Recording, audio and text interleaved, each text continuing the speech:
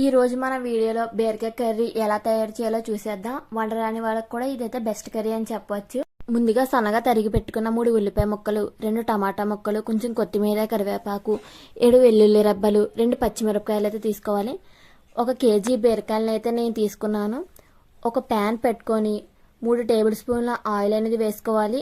Oil heat అయిన తర్వాత 1 table spoon జీలకర్ర, వెల్లుల్లి రెబ్బలు వేసుకొని ఉల్లిపాయ ముక్కలు కూడా వేసుకోవాలి. పచ్చిమిర్చి కూడా యాడ్ చేసుకున్న తర్వాత కరివేపాకు, కొత్తిమీర కూడా వేసుకొని బాగా కలుపుకోవాలి. ఇవి మగ్గిన తర్వాత టమాటాలను వేసుకొని ఇంకొంచెం సేపు మగ్గనిచ్చిన తర్వాత చిటికెడు పసుపు వేసుకొని వీడియోలో చూపిస్తున్న విధంగా కలుపుకున్న తర్వాత 1 టేబుల్ స్పూన్ కారం అనేది యాడ్ చేసుకోవాలి.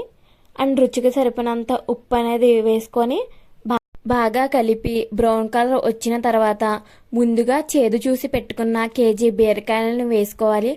వీడియోలో చూపిస్తున్న విధంగా వేసుకొని బాగా కలిపి మూత అనేది పెట్టేసి 20 మినిట్స్ కుక్ చేయాలి. వాటర్ అనేది వేయకూడదు, ఎందుకంటే బీరకాయలు ఆల్రెడీ వాటర్ కంటెంట్తో కుక్ అవుతుంది కాబట్టి.